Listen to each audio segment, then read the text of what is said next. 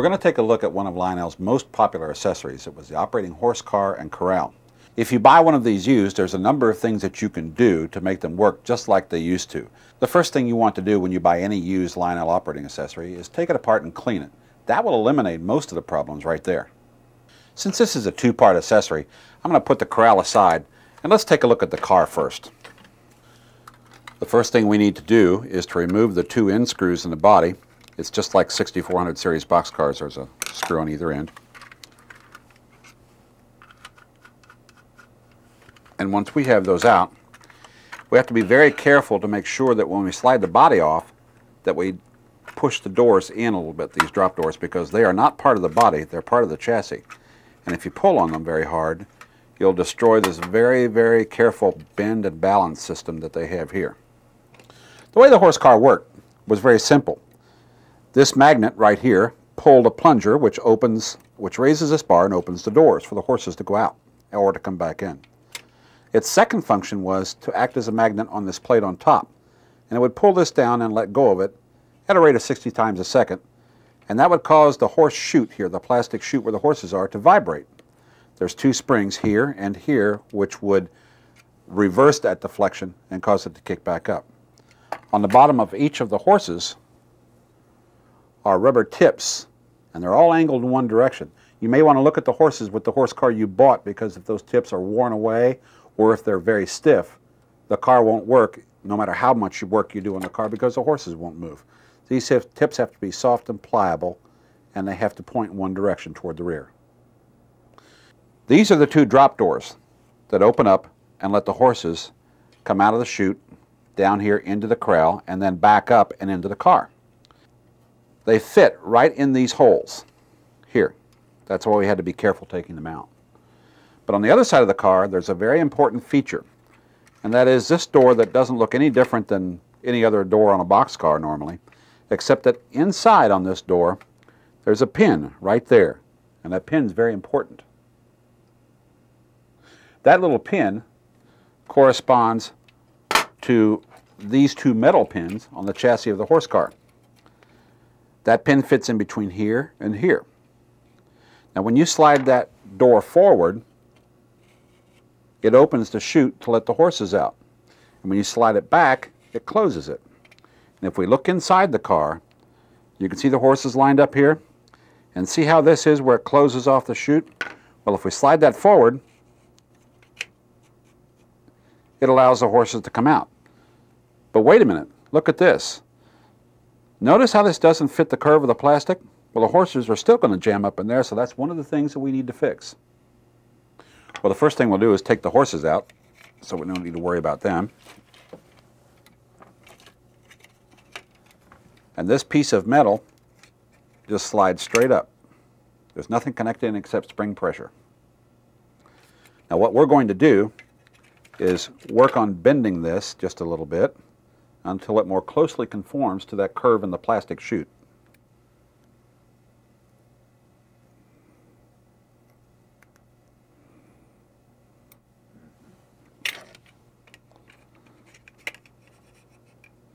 We'll get this pushed back in here, make sure it slides correctly. Oh, that's much better. Now see how it closes and opens? Now you can see that the metal conforms to the curve of the plastic, and it won't hold the horses up in the chute like it was before. Now let's check to see that our gate operates correctly. We'll put a few horses in here, and we'll get them moving toward the front. There, it holds them up just fine. And then when we open the gate, they should be able to pass through and out. Working fine. But notice how the doors don't close. That's one of the things that it has to work. So we have some adjustment to do in here. The first thing we need to do is check where these hinge points are here and see if there's any obstruction. And yes, there is right here. So let's bend this one back a little bit to get it to a point that it's not rubbing on the plastic. Well, that seems like part of the problem. Now let's check the other end. And it looks a little bit bent, so we can straighten this out. That might help.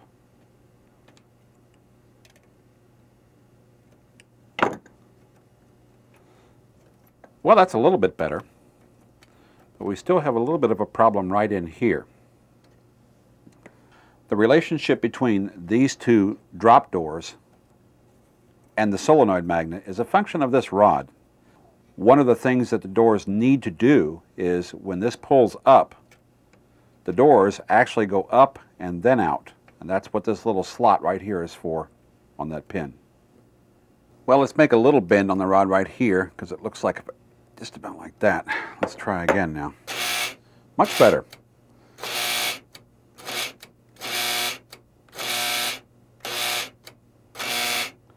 Well, it's working better, but it's still not reliable. Let's put a little bit of lubrication on those pins. Let's put a drop of oil here. And let's go over where the magnet is. And we'll put a little bit on this part. Anywhere where metal will rub each other. And then let's go down and get this one on this end too. Well, let's put the corral in place and see how it works.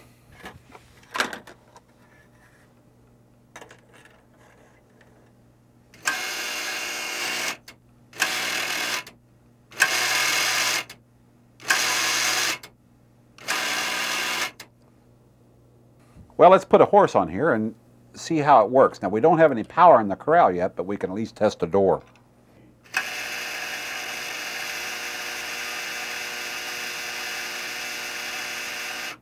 That works great. Now, the last thing you should do is check this wire that comes down here and goes under the car to the pickup shoe. And as you can see, this wire is pretty brittle. We need to replace that. Well, we have the horse on the corral. Now, let's see how the corral works. Basically, the corral works on a vibrating principle also. There's a magnet under here, and it pulls against 4 springs that are attached to these 4 nuts. That causes the corral to vibrate in a clockwise fashion, and then it snaps back counterclockwise, causing the horses to advance in the trough. This is a gate that, as the horses come out of the car and into here, they'll cluster into this area and roam around, and then you can move the gate this way, and they'll come out of that area and work their way back into the car. Let's see how well this one works. Okay, let's try a few horses and see how they do here.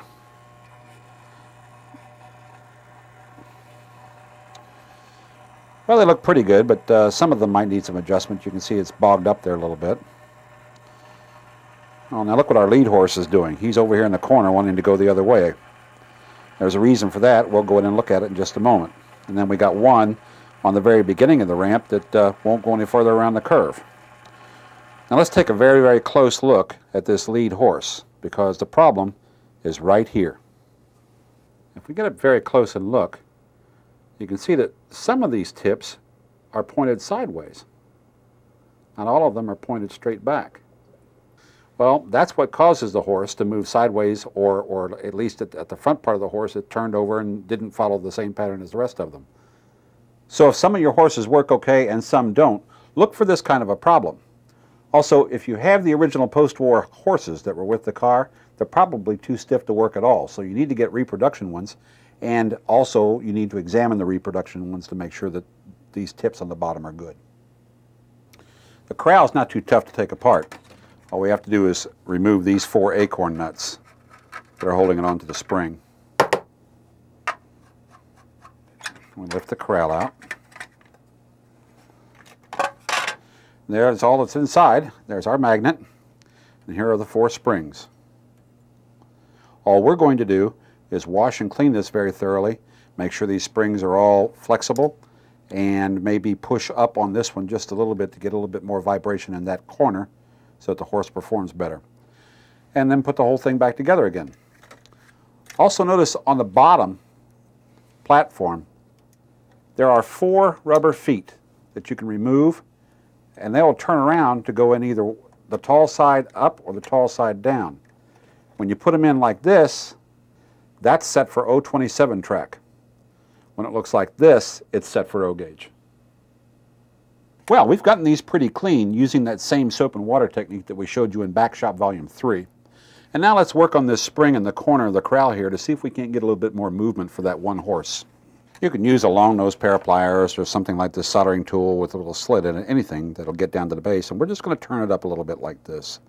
Now let's put the floor of the corral back inside the fence area here, and we got to put it in carefully, getting these 4 little spring screws to align in the holes. You may have to wiggle it a little bit to get all four of them to come in, but it'll happen. Then we'll put the last of the 4 acorn nuts back in place and then tighten them up. And you don't have to get them real tight, just snug them up on the little lock washers below them. There. Now let's test this and see if it's any better. Okay, let's see how they do. I got this set on about 6 or 8 volts, and let's line these old horses up and see how they move.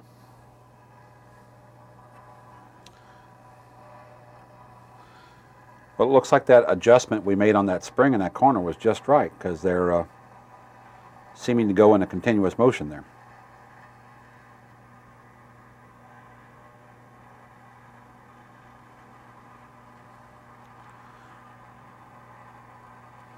The real test is going to be how they climb the ramp.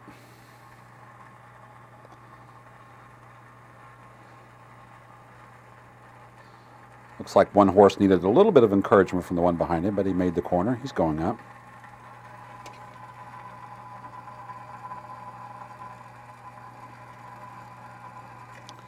Well, they're working quite well, really. Well, it looks like we've got the corral working pretty good.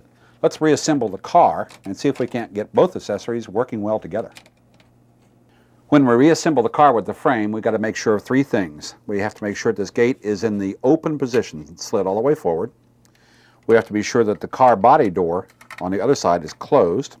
And then when we put this together, we have to make sure that we don't put any undue pressure on the doors of the car that we've adjusted so carefully. There. Now let's check over here and make sure that this is in place properly. And it is, because it operates the gate just right. So let's put the screws in place. Well, all right. Looks like we're finished.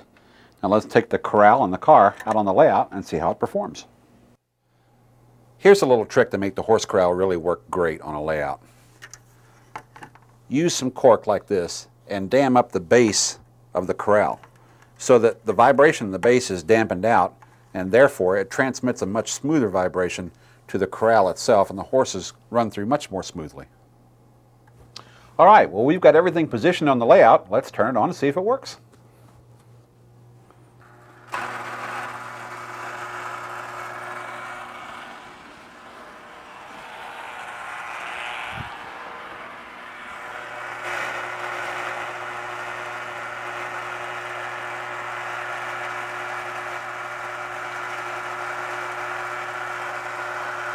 Well, it looks like they're moving down in pretty nice single file.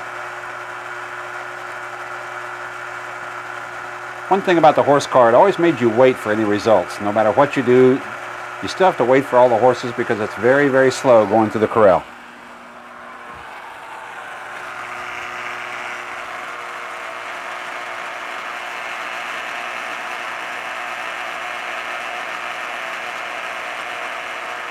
There we go.